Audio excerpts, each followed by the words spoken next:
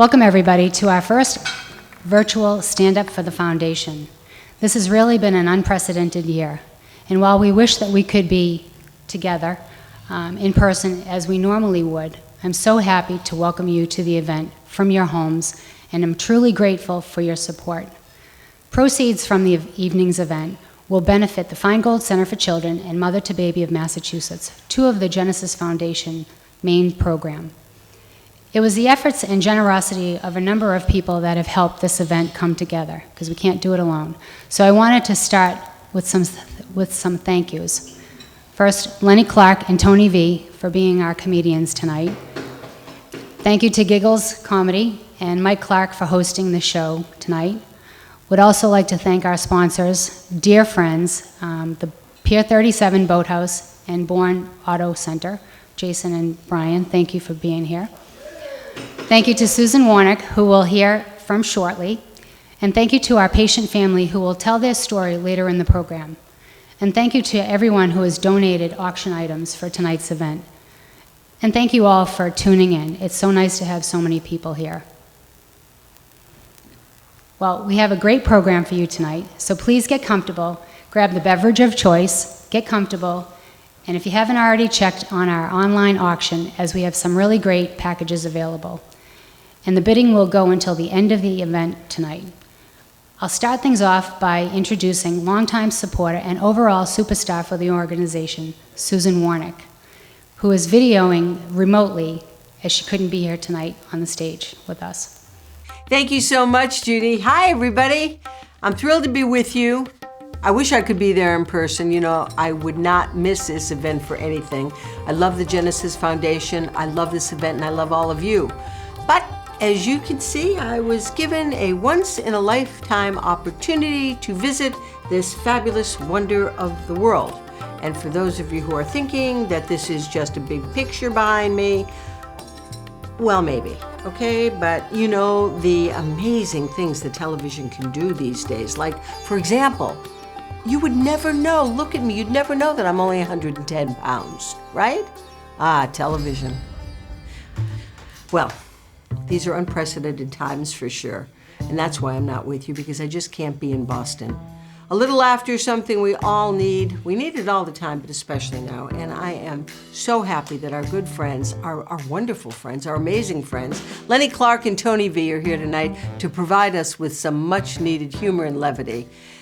I think all of you know, because you come to this event every year, that Tony V and Lenny Clarke are two of the most devoted people to the Genesis Foundation. Every time we ask them to do anything, they always stand right up and volunteer to do even more than we ask. So we're very grateful again for them being with us today. As you know, this pandemic has affected all of us immensely, and especially the Genesis Foundation and its families, and the Foundation's ability to raise money through our events. We haven't been able to do any of our events. You've missed them. You always come. We couldn't do them this year. So your being here for this online event is especially appreciated. And we thank you so much for your support, for your continued support. You people are amazing because you always turn out for us. If you haven't already, please check out the fantastic online auction, which will close at the end of our program this evening. We have some great prizes, and I want you to be the highest bidder, knowing that 100% of your money is going to the Genesis Foundation, and then you end up with some fabulous prize. So if you are able to make any additional donation at this time, it would be just so wonderful and very much, as I said, appreciated.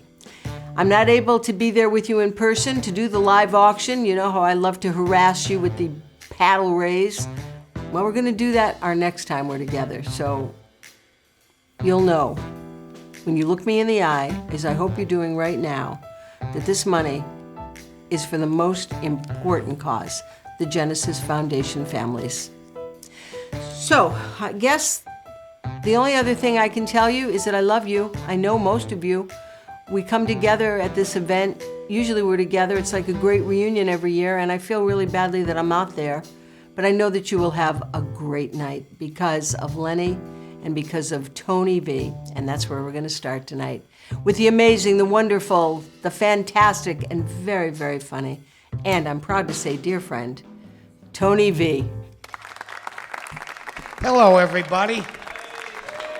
Nice to be here. Yeah, that's right. You can make the noise of a real crowd. That's great.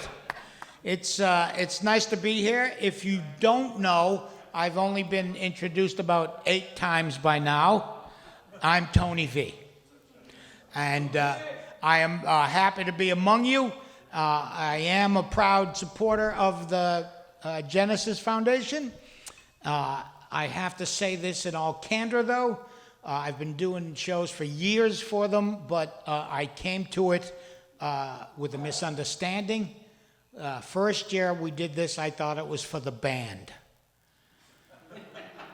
And I said to myself, I would have thought Phil Collins put some money away. But if he needs our help, I'm here for him. And then, of course, I understood what it's about, and I'm glad that we get to do this. And I have to say, it is an honor and a pleasure to be standing here live, Route 1 southbound. Yes. It doesn't get better than this, you're right. I have worked northbound, and you don't get the same warm feeling. Yeah, and we truly are southbound, like the road is right there. If a truck swerves, we're all going to the Tobin Bridge. Let's be honest. So it's all going to be good. We'll relax and have some fun. I also have to say, I hope you've been enjoying your pandemic. Mine was pretty good. I actually had a COVID test to do this show tonight because I didn't want to take any chances. And if Saugus spiked, I didn't want to be the cause. And I don't know if anyone has had the pleasure of having the COVID test. I was not prepared for it. And I go to a walk-in clinic, and there's a young woman, I assume, because she was all, pee-peed up, and she's behind plexiglass and rubber gloves coming out of a hole and everything. And she's standing there, and she's got like a javelin with a scrub brush at the end of it. And she says to me, I don't know if you've been through this before, but I'm going to stick this pretty far up your nose, probably farther than anything's been up there. And I said, oh no, I've lived through the 80s.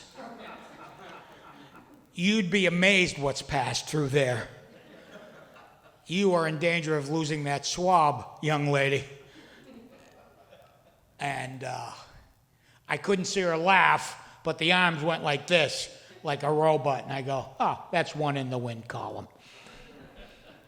So it's good. I also, I trust you all have written your books, because that's what everyone was doing during the pandemic. Good. Everyone wrote a book. That's good. I tried reading one. Wasn't for me. The words were just too much. And there's online poker. Let's be honest. I have things to do. But I think you'll find this interesting. In my spare time, I have been working on The Cure. And I have. And what I got so far is it's grape flavored. That's as far as I got. If I get any more, I'll let you know. Because everyone's going, I'm not taking anything that's not been proven. It's not tested. You can't. I go, it's grape flavored. They go, oh. Now you're seeing my way of thinking. That's the way to go. And I knew things around here, especially in Boston, had gotten out of control when they canceled the Boston Marathon after postponing it a couple of times, and they have since done it again. And when they canceled the marathon finally, there was an uproar on Twitter and Facebook like I had never seen before in my life. People were outraged. You can't cancel the most prestigious race on the planet. This is unheard of. And it just blew up like crazy. And I started scrolling, and none of the people complaining looked like they were going to run the marathon. Yeah, I think you should have some skin in that game if you're going to complain. Truth be told, I can't drive 26.2 miles without taking a leak and having a sandwich. you know. But I was not doing the complaining. I saw one guy, he looked like if it were 26 miles downhill and you could roll it, he wouldn't have made it. I go, you just got to have a horse in that race if you're going to complain. And then, I don't know how your neighbors were during this whole thing. Everybody became sourdough bread bakers. That was a big thing in my neighborhood. I was on my stoop smoking a cigar one time, and a neighbor comes by and he goes, would you like some sourdough bread? And I go, sure. You know, I'm a nice guy, neighborly, I want to be friendly. And he gives me the sourdough, and then the next day he goes, would you like another loaf of sourdough? And then on day 3, he goes, how about some more sourdough? You seem to really enjoy it. I go, how much sourdough you think we're eating in this place? And then on day 4, he goes, you like it so much, I'm going to give you your own starter. I go, oh, great. Now I got a science project I got to deal with. All I wanted was a sandwich. And I got my wife in the other room going, I got to go feed the sourdough starter. I go, great, I'll take it for a walk later. Pick up the little droppings as we go. But we soldier on. That's the point, and that's the whole point of this evening, that we find a way to do things virtually. I'm not good with computers. You know, I don't like my own face. You know, and they ask you to do shows, and it's just me staring at my face, talking at me.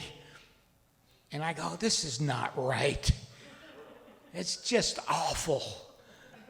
You know, and then people go, no, we really enjoyed it. I go, yeah, that's why we started with 85 people, and there's 13 left. We're all having a ball on the Zoom calls. I'll tell you this about me. I, during the pandemic, lost weight. A lot of people put on weight, and I actually lost some, enough that I had to go buy new underwear. That's how much, because I think I can level with you folks. My underwear was feeling a little blousy. Nobody wants that. You know what I mean? You'd be walking around in the world calm and put together, seemingly. But on the inside, you'd be going, my underwear's a little blousy. So I went out and I bought a nice 6-pack of Hanes. Yeah, first quality, not seconds. Extra thick band, nice and stretchy. Look, I'm not bragging. I'm just trying to tell you folks, when I got the money, I throw it around.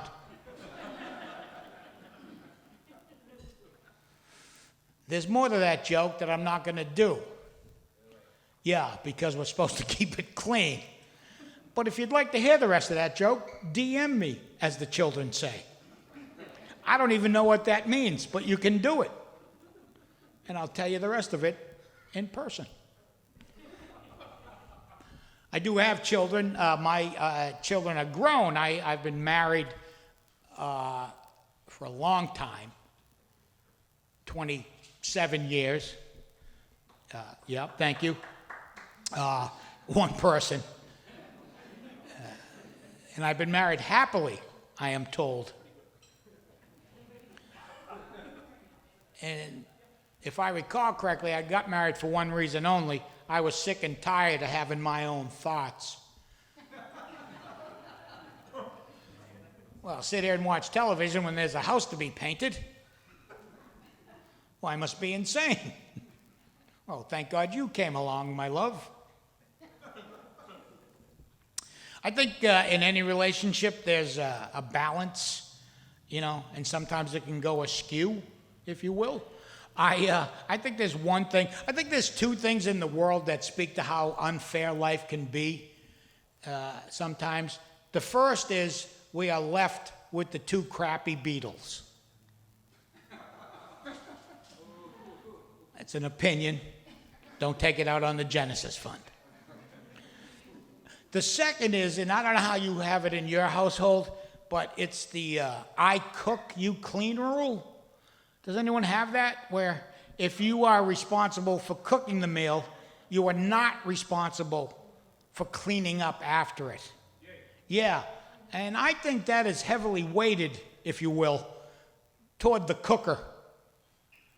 Because if you're not cleaning, you don't care what you mess up. Yeah, my wife will use every pot in the house. She'll borrow pots from other people. I'll be in the living room and she'll go, "Hey, honey, this recipe calls for me to burn some tar in the bottom of a Dutch oven. You all right with that?" Yeah, sounds delicious. I got a blowtorch and some steel wool. Let's get at it. I'd like the gentleman to think about this for a second. You ever get in a conversation with your wife and right in the middle of it, you realize you're not talking to a friend of yours? And there's no going back. I had this happen, and it's nothing weird, right? I'm talking to my wife, and I dare say this is a conversation I could have with any guy in this room, and it would make complete sense. I don't care how old you are, where you live, what you do for a living, you would understand it. And I'm talking to my wife, and I go to her, I say, "Hey, honey, you know when you put your socks on in the morning?" She goes, "Yeah, you put your socks on in the morning." She's already frustrated, haven't even started the conversation. And I say, "You wear your socks all day, right?" She goes, "Yes, you wear your socks all day." I say, "Maybe 8, 10, 12 hours. She goes, "Yes, you wear your socks all day. What are you getting at?" I go, "Okay, so we agree that is the proper measurement of sock wearing time, 8 to 12 hours. She goes, "Yeah, what's your point?" I go, "All right, I wore these socks last night for 2.5 hours. Can I put them on again today and get the other 9.5 out of them?" "Yes." And she says to me, "What is wrong with you?" And I said, "Unspecified." And probably not a great time to have the underwear conversation, I'm guessing. I have mentioned my kids. I got a 20-something-year-old son and another one. I can't keep track of everything. Having kids like that, it really reminds me that it's no longer my world. I don't know if anyone is there yet. Here's how I know it's not my world anymore. About a month and a half ago, I had to go to the Apple store. The computer place, not the supermarket. I know the difference. And I had to go to the Apple store because I wasn't feeling quite stupid enough that day. And I needed a 20-year-old with a dinner plate stuck in his ear to tell me I was an idiot. And my son wasn't around that day. So I had to outsource that behavior. I am constantly reminded that it's no longer my world and I'm just walking around trying to get to the end. You know? I was traveling before this whole thing went down, and I was in a place called St. Augustine, Florida. I don't know if anyone's heard of it. Yes, it's a beautiful little touristy town. It's where the Fountain of Youth is, which, by the way, does not work. I tried everything. I drank from it. I bathed in it. I peed in it. Nothing. And in that particular order, by the way. Yeah, if you're going to try that, make sure you get the order right. But I'm down there, right? And I'm walking around, and I see a little shop, and it says gourmet popsicles. And I was intrigued. I've never had a gourmet popsicle in my life. Have you? No, I didn't even know you could gourmet up a popsicle. I didn't know what I was in store for. Maybe a truffle oil popsicle or a popsicle escargot. I don't know. So I walk in, and there's a young fella working behind the counter, and I say to him, I go, "Look, I know it doesn't look it openly, but I'm on kind of a health kick. Do you have any popsicles that don't have sugar in them?" And he says, "Oh, sir, none of our popsicles have sugar." I go, "Oh, great, just the fruit, right?" He goes, "Oh, no, we use organic evaporated cane juice." And I go, "That sounds suspiciously like sugar to me." He goes, no, sir, it's organic evaporated cane juice. And I say, this cane you speak of, has it a word in front of it? And he wouldn't bite. And I go, let me guess, comes here in a little plastic bag, white crystals? He goes, yes, sir. I go, sugar. He says, no, sir, it's organic evaporated cane juice. And I said, look, I don't know what time you get off of work today, but I got nothing else to do. And believe me, before I leave here today, somebody besides me is going to say sugar. I have yet to have a popsicle from that place. All right, I was hoping for more on the end of that, but it's all right. We'll just go on to the next one. That's the beauty of what I do. You were with me about 3/4 of the way with that joke, and then you just went, nope. We get it. We're done. And then the other one, I'll tell you this about my son. He's living out in Los Angeles now, far away from here in Boston, and it was a rough one. I drove him cross country, and I don't know if anyone's had the pleasure of driving through this great land of ours. I highly recommend it because he needs a ride home. And I'm not going. That was a one-way trip for me. We drove across country. We made it to the Grand Canyon, which I had never seen. And this was only a couple of years ago, not even, about a year and a half ago. And I had never seen the Grand Canyon up close. I don't know if anyone has. It's the most amazing sight I have ever seen in my life. And I'm sharing a moment with my son, my oldest. We're having this kind of bonding experience, standing at the northern rim of the Grand Canyon, just this gaping hole that's full of wondrous sights, just beautiful colors and trees and flowers. It's just amazing. And we're sort of lost in our own thoughts, having a happy moment. And Americans never want to let you down. 3 groups over, I hear a woman go, I thought it would be bigger. You go, it's the Grand Canyon, you nitwit. It doesn't get bigger than this. This is the thing they measure other big things against. You know, someone will go, hey, that's big. Yeah, but it's no Grand Canyon. That's how it works. So I go, come here. Let's find out how deep it is. I'll listen for the echo when you hit. I remember when we sent my son off to college.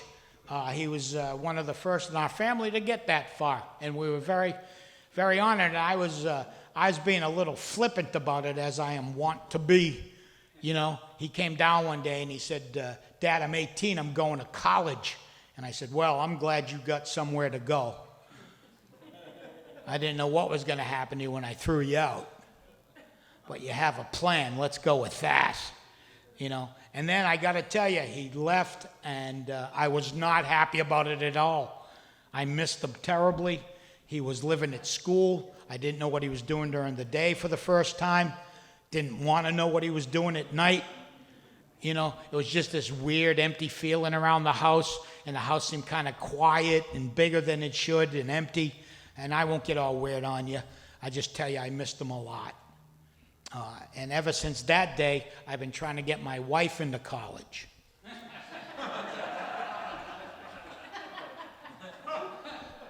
Which I think is best for all of us. She's really smart. She'll get into a good school. I'll miss her every day. I'll go to Parents' Weekend if I have to. We're hoping for early acceptance.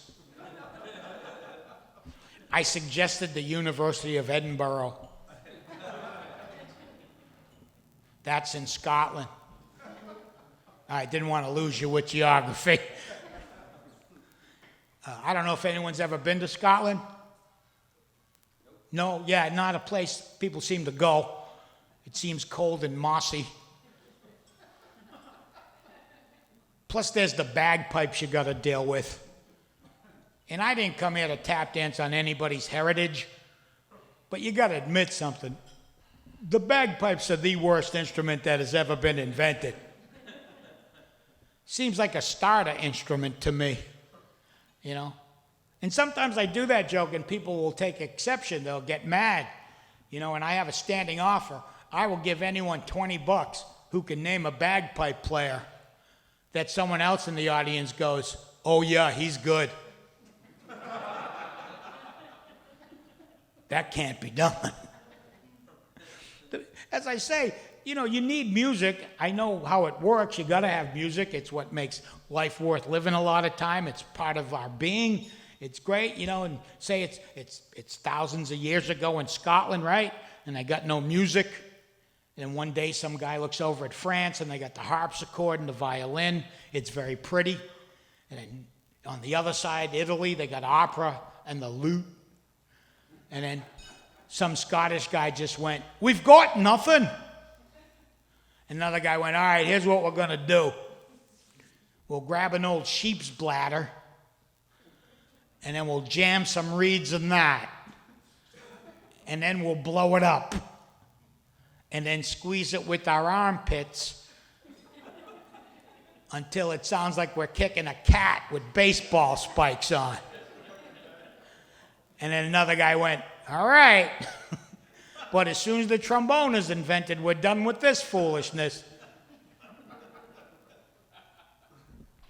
And then the other one I mentioned is I got a daughter. I got a 19-year-old daughter. She's the one that's going to kill me. Not because she's difficult. She owns weapons and accidents happen. As a matter of fact, this past September, we dropped her off at a school in New York City. She didn't get in anywhere. We just dropped her off. Yeah, I want that house to myself. I really do. I haven't heard from her. I assume she's doing fine. Smart one. Takes after her mother. Right before she was leaving, I got to tell you this. I was helping out around the house. And I don't mean to toot my own horn, but I do my part around the house. You know, I help out as much as I can. I usually I do the kitchen. That's my area because you can't screw things up that much. You know, I can sweep a floor, load a dishwasher, mop a counter, whatever it takes. And one day my wife asked me to do the laundry, which I'm not good at. I don't know anything about it. Don't know what pod goes in what hole. Don't know what the liquids do. Don't know what all the little drawers are for in the thing. I don't know. And when it comes to the dryer, I'm even worse. I don't know what temperature to put stuff at. I don't even know why we separate clothes. If people can get along, I don't know why our clothing can't. And I'm doing the dryer one time, and it was my wife's and daughter's clothes, a whole nother conundrum. I don't know what half of it is, who it belongs to, what it does. I just remember pulling something out of the dryer and holding it up going, hey, who's wearing an eye patch in the house? I go on the road for a week, somebody loses an eye, nobody tells the old man. When you guys become a pirate when I was on the road, did you? I am no longer required to do the laundry. We had company that day. And I kid about my life, but I like it a lot. It's pretty good. I was watching TV with my wife not too long ago. She's got me watching this TV show called Naked and Afraid. You know this show? I didn't know anything about it. It's on late Sunday nights on one of your fine cable outlets, right? And I'm walking through the living room one night, and my wife goes, you got to see this. And I said, no, I don't. And I sat down, I was watching for 3 or 4 hours. And I said, oh, you were so right, I had to see this. And if you don't know what it's about, that's what it's about, Naked and Afraid. They get 2 complete strangers, a man and a woman. They take all their clothes off them, and they give them like a Swiss Army knife and a canteen, and you got to survive in the wilderness for 21 days. And there's no prize. You win nothing.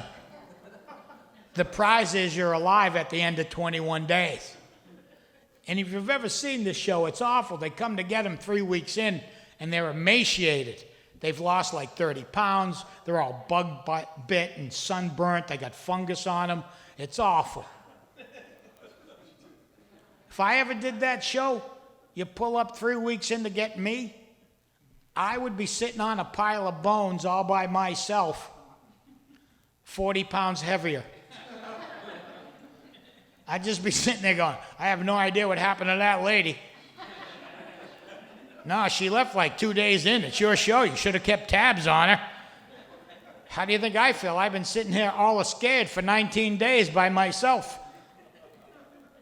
You guys want some jerky? We're going to be here a while.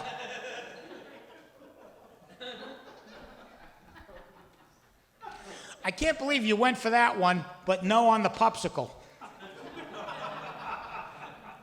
You're an odd group, and I love you for it. Well, any questions of me before I wrap up? I've been monopolizing the entire conversation. I thank you for coming here, and let me say this in all candor. It was great that we have, ones of people here in the audience, for feedback, because other than that, it would just be a Zoom call. I'd just be standing up here talking at my face again, and that would be awful. So in closing, let me just say this. Thanks for having me. Be careful in your life. I live my life very simply. The best piece of advice I can give any group of humans is always know where your pants are. That's it. Don't look too deeply into this. Thanks a lot. You guys were fantastic. And back to the program. Thank you so much. Thanks. Good luck. And bid and do everything they tell you. Bye.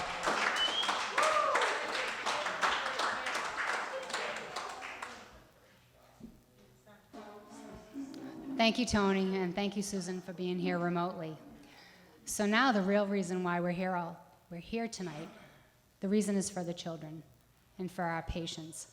This is where all the funds that are raised tonight and throughout the year go to care for our patients and their families. So you can see and hear your support, how it impacts. We have a short video from one of our patient families, the Sawyers, and their son Michael, who's basically the mayor of Woburn. So for those of you that are in Massachusetts, you know that. Michael has been a patient since he's been a baby. So here's the video. Introduce yourself. Who are you? Michael. Look at the camera. Say, my name is? Michael. Nice. How old are you? 23. All right. And do you like to grow your plants? Yep. And do you like to go on boats? Yeah. And what else do you like to do? Catch the waves. You like to catch waves on your boogie board? Yeah. Yeah. What do you do every day? Where do you go? Look at Dad. The Cape. We do go to the Cape Cod. Look at Dad. Do you go to Minuteman? Yep. And what is Minuteman? Walking. Working? All right. And do you get picked up by a van? Yep. Okay. You say bye? Say bye, everyone. Nice to meet you.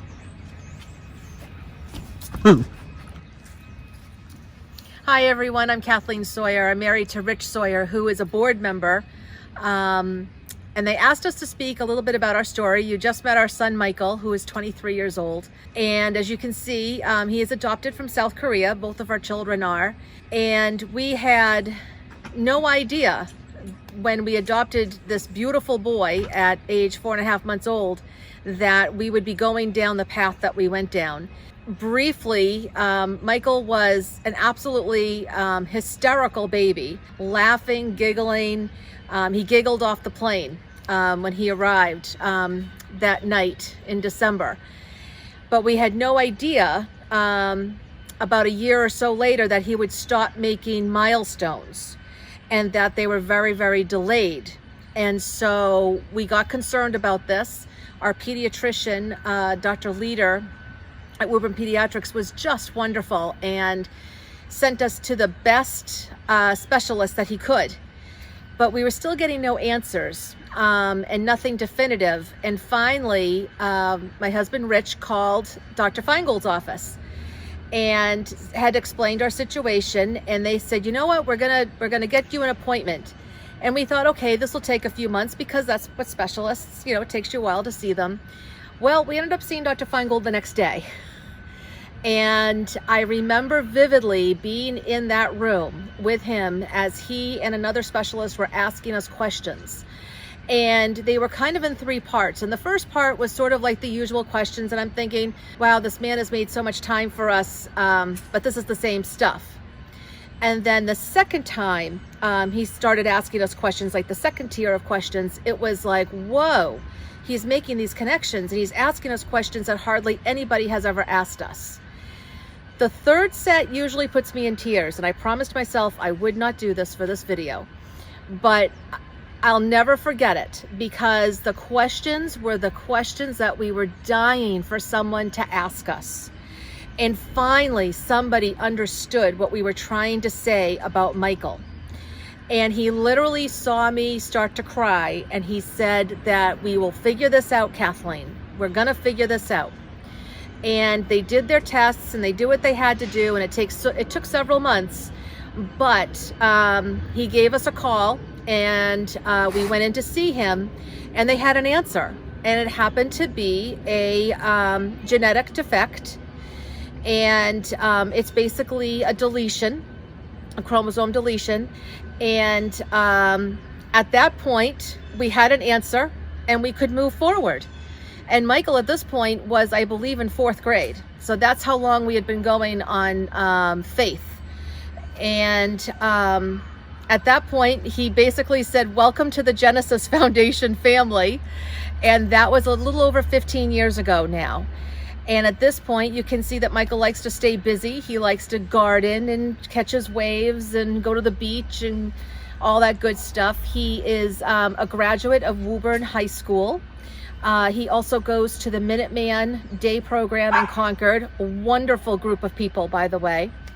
And we really are indebted to Dr. Feingold and the Genesis Foundation because we feel as though we were as successful as we could be with their support and their ability to coordinate all of the different doctor's appointments and things that we had to do that are so time consuming and stressful for families. So I thank you for listening to our story. If you can donate anything at this time, we know that this is a difficult time for folks, but any amount really does help the clients of this foundation in so many different ways. And it would be so appreciative. And if you can't, your support, just being here and watching this video is wonderful. And we're glad that you're here. So thank you so very much. And we hope to see you in person to celebrate as soon as we can, all safely. Take care, and thank you for listening. So thank you to the Sawyer family. Now, with further ado, I'd like to welcome to the stage the one, the only, Boston's Lenny Clarke. Okay. All right. Hey, let me get this off. Oh my goodness. I'm wearing the mask because this is pretty much, I know we're doing this show for all of you people at home, and I appreciate it. You really should put some pants on, and you put the kids to bed because I could get a little crazy here. But how many are like me? How many do this 10, 12 times a day? I am so sick of masks. I am. I only do it. We do this so we're not super spreaders. We're trying to raise money for the Genesis Fund, and basically it's just a handful of people in this room. So if I don't seem funny, it's your fault. No, I kid, I tease. I know. A guy walks in to a library and says to the librarian, "Can you give me a book on suicide?" The librarian says, "Screw you, you're not going to bring it back." Now, I can be funny when I have to, I guess. My God, the Genesis Fund has been in operation, I think, for 38 years. And I've been doing events for the Genesis Fund for about 32 years, I think. And I remember the first one I did, it was over at Com Ave, at a place used to be Stitches and the Paradise. And after I got off the show, they didn't tell me, I had to be clean, so I was really funny. And Brian McLaughlin came up to me. He says, hey, I'm Brian McLaughlin. I says, oh, great. He says, if you ever need a yacht or a jet or anything like that, you just let me know, because you're so good and you're so nice to this foundation. You let me know. And I go, okay. He says, do you know who I am? I says, yeah, you're Brian McLaughlin. You just told me. And I didn't know who he was. I just thought he was a great guy. So I went home. 6 months later, my wife says, I said, what do you want to do for your birthday? She says, well, I've always wanted to go on a yacht. I go, where am I going to get a yacht? Oh, I went in my drawer, I pulled out the card, Brian McLaughlin. He came over with a yacht and took me and about 12 of my friends down to Newport. He said, you want to go down and ride around New York City? I said, no, we don't have to do anything that crazy. He said, well, let's go to Newport for lunch. So one of my buddies says, we ought to pick up the lunch. And he says, no, you know what we should do? We should pay for the gas for the boat, because it's probably a lot of money. So I said, we're having lunch in Newport, and I said, Brian, I really want to pick up the fuel for the boat. And he spits up a drink, and he taps a glass. Hey, everybody, Lenny wants to pick up the fuel for the boat. It was like about $20,000. I said, so maybe I'll pick up dessert, you know what I mean? But that's the type of guy he is. Then he got me doing auctions, and I've traveled the world doing auctions because he believed in me enough to do an auction. And I had no idea I could do it. And then we did the ski trip. We used to have a celebrity ski thing. Oh my God, we did a lot of things. And I tell you what, here's a guy who, well, can I talk about your business? Yeah. All right, this is a guy who started D'Angelo's Sub Shop. D'Angelo's famous sub shop all across everywhere. And I said to him, Brian, I said, why did you name your subs D'Angelo's? Your name's McLaughlin. He goes, would you buy a sub from a guy named McLaughlin? I went, what do you mean, whoa, you wouldn't, you stupid bat. No, I got kids are at home, no. But oh my good God almighty, I've had so much fun with that guy. We became best friends. We've been best friends ever since. And doing stuff for the Genesis Fund is so amazing. Because the families that you saw the video, and you people at home, we want you to bid tonight. We're really here to make money. We really want to make you laugh. And I know we all have good days and we all have bad days. Whenever I have a bad day, I don't take it out on nice people like you. What I do is I get a bottle of whiskey, twist up a couple of joints, go to a cemetery, walk around smoking and drinking, and say, what the hell, I'm doing better than everybody here. Don't be upset. I don't do drugs. I don't. I did cocaine once for like 9 years, but I only did it so I could learn the metric system. That's when you get the gram, the half gram, the kilogram. And we got another big supporter, George Montilio. Oh my God. Tony and I were talking about, why aren't you like on TV with your own show? Screw the cake boss. You kick his butt. Are you kidding me? I've eaten your cakes. I used to eat your cakes all the time. That's why I was huge. For those of you who don't know, and you people at home, I used to be a big fat guy. I was 388 pounds with a size 56-inch waist.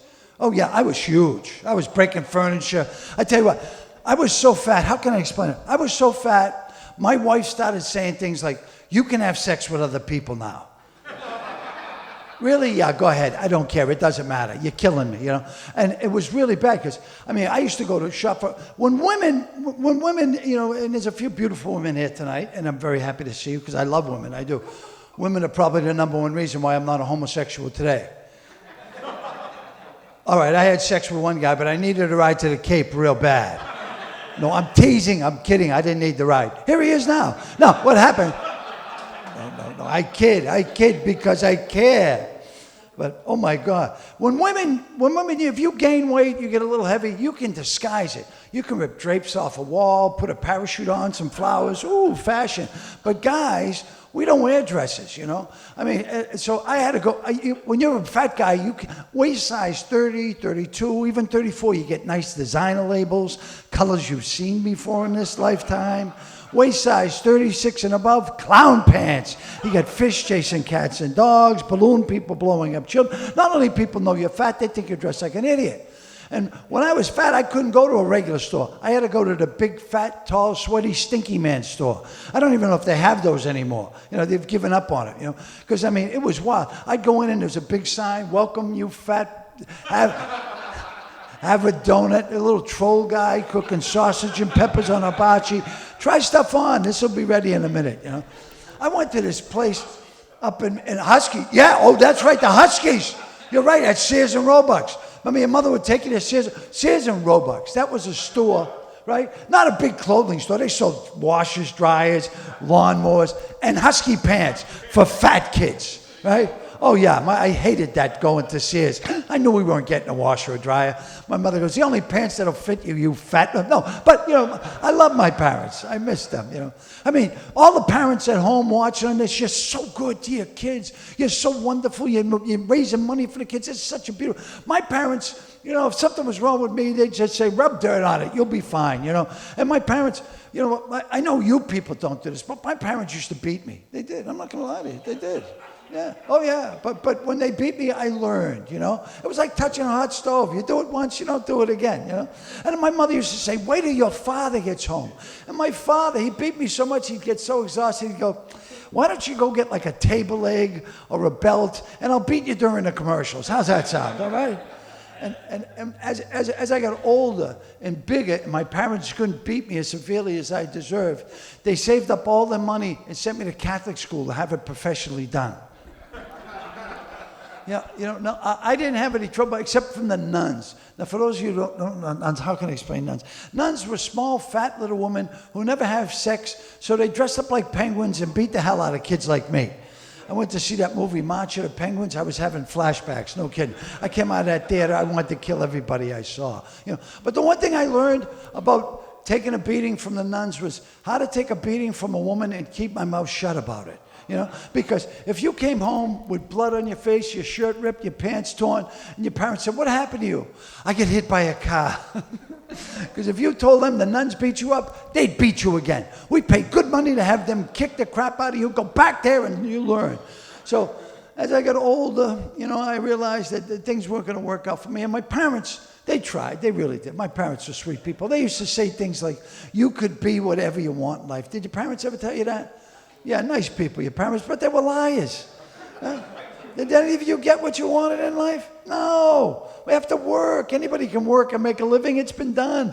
The trick is to sleep 18 to 20 hours a day, have more cash than you can spend, thus allowing you to save. Basic economics. Now, what happens, when I was a kid, I used to say to my dad, Dad, if I could be whatever I want in my life, that means you could have been whatever you want in your life, right? He goes, yeah, I guess so. Well, how come we live in this dump?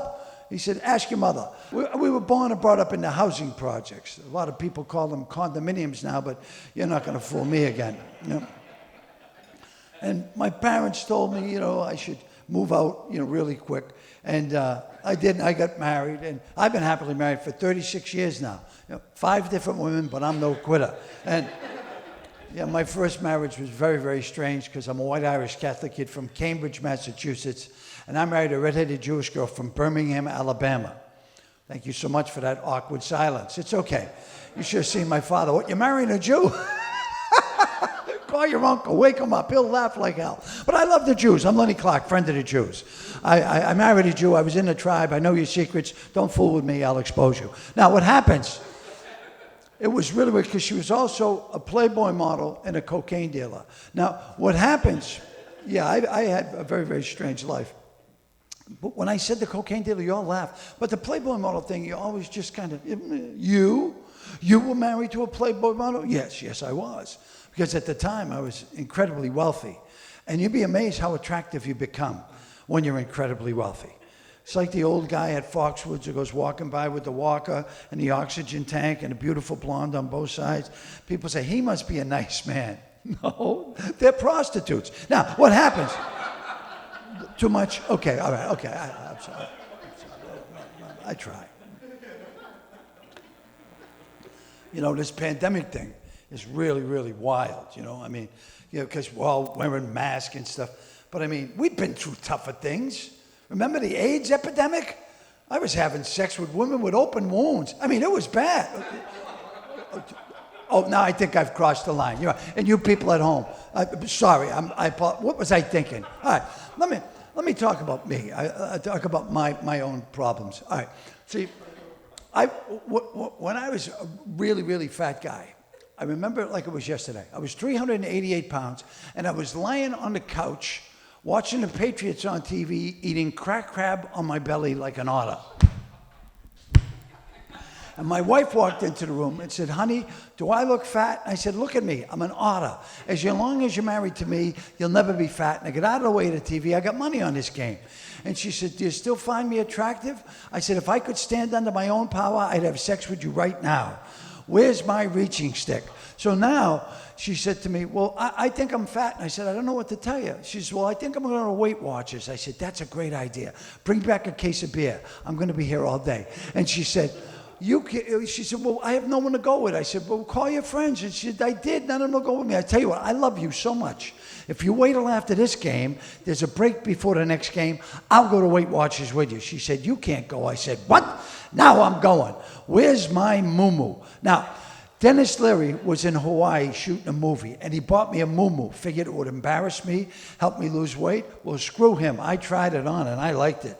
All silky and shiny, plenty of room down there. Yeah, very comfortable. So my wife came back in the room and said, what are you wearing, a dress? I said, what are you, new? It's a moo-moo. Well, put on some sweatpants. I said, great. Because I used to wear sweatpants everywhere. I wore sweatpants for 8 years of my life. You know, I'd wear sweatpants, and my wife goes, you're not going to wear sweatpants for the rest of your life. I said, you're not the boss of me. And she'd wave the big diamond around. I go, maybe you are. But when she wasn't around, I'd put those sweatpants on, and I was the king. I'd walk down the street. People say, Lenny, you going to the gym? Nope, I'm just a fat bastard who doesn't wear pants anymore. So anyway, I put on the sweatpants, grabbed a beer and a sandwich, and we drove down to Weight Watchers. Now, Weight Watchers, for any of you who don't know about it, it's a fabulous organization, and they help me lose weight. But it's all women.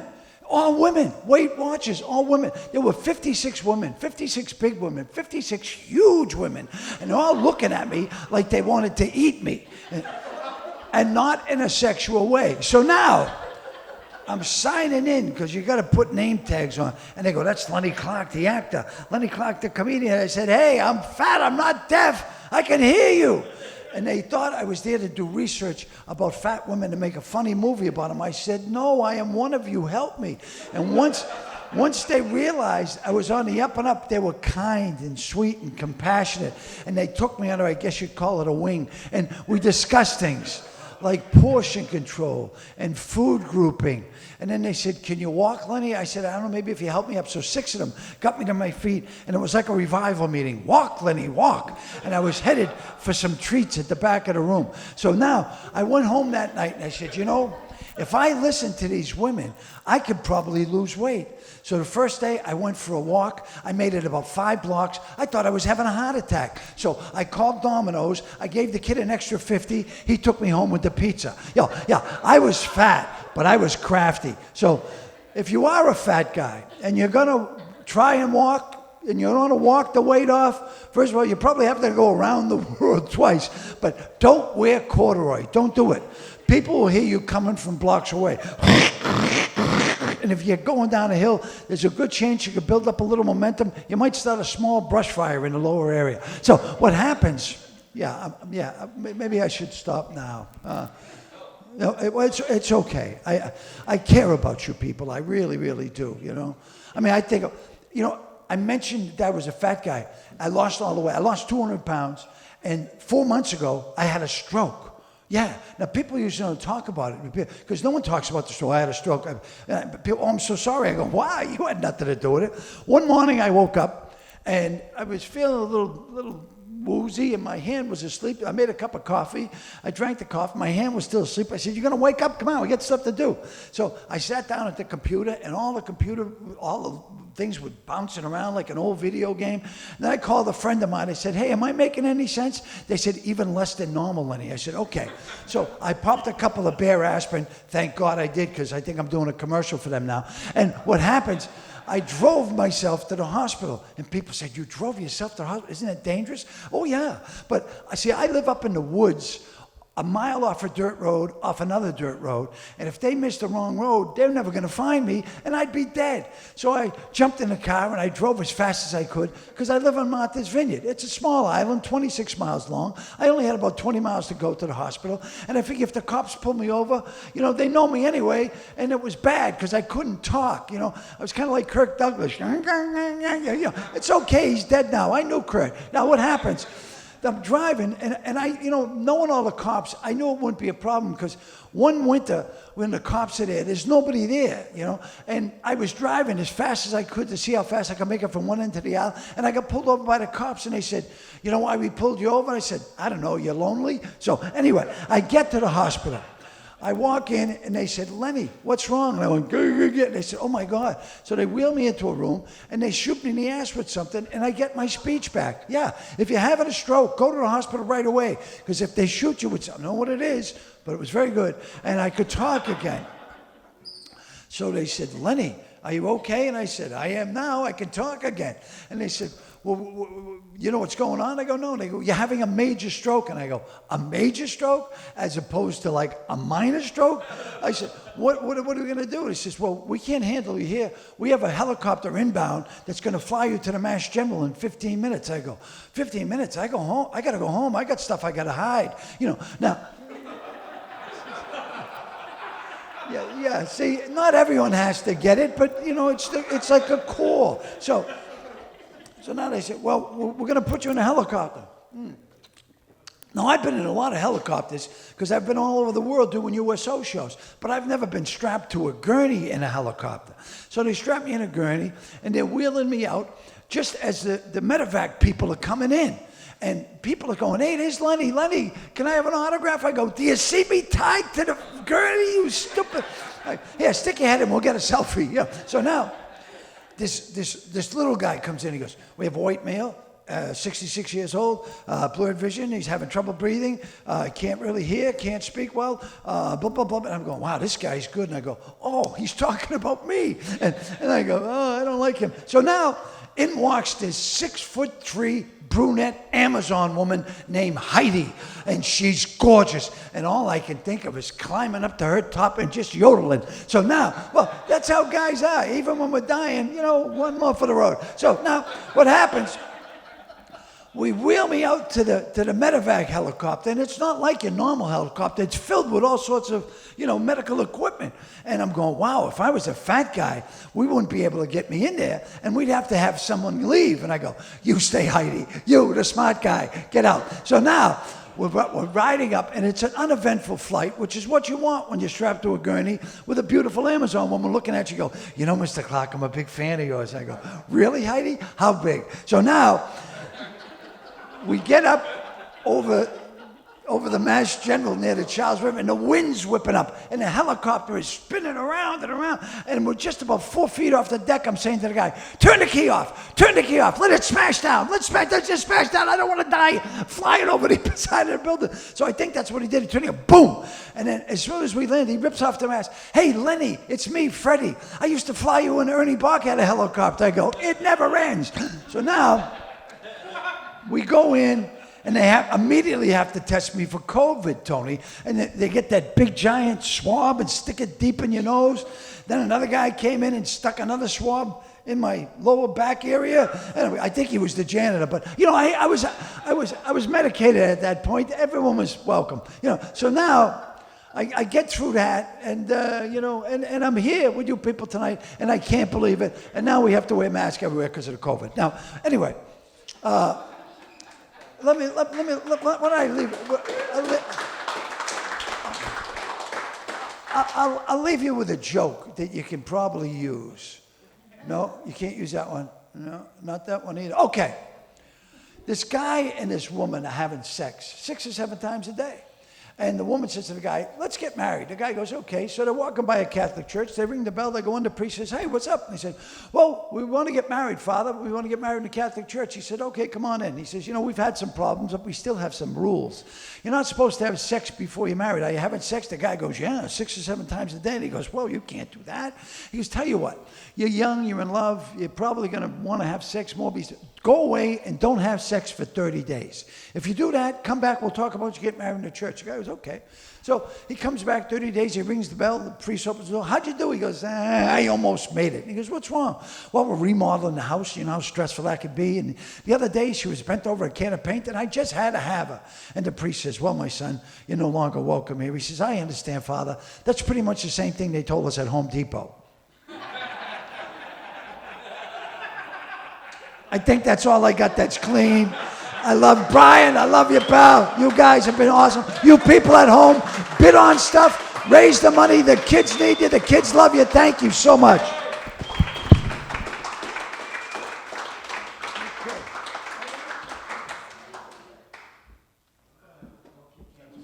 All right. Thank you, Lenny, and Susan for the video just before that.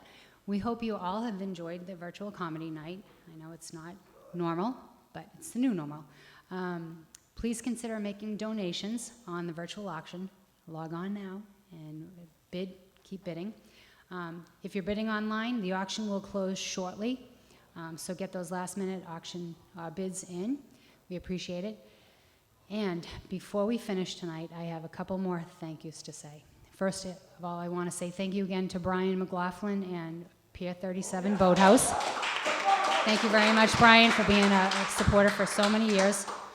Jason Bourne from Bourne Auto Center.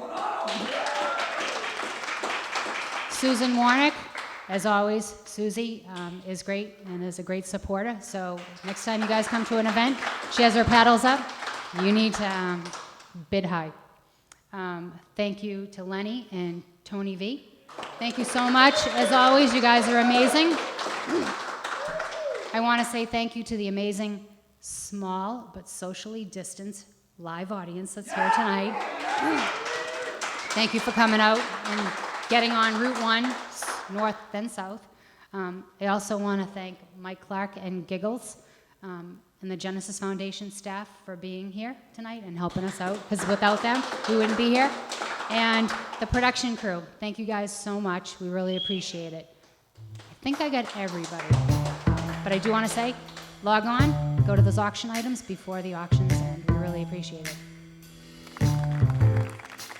Thank you again.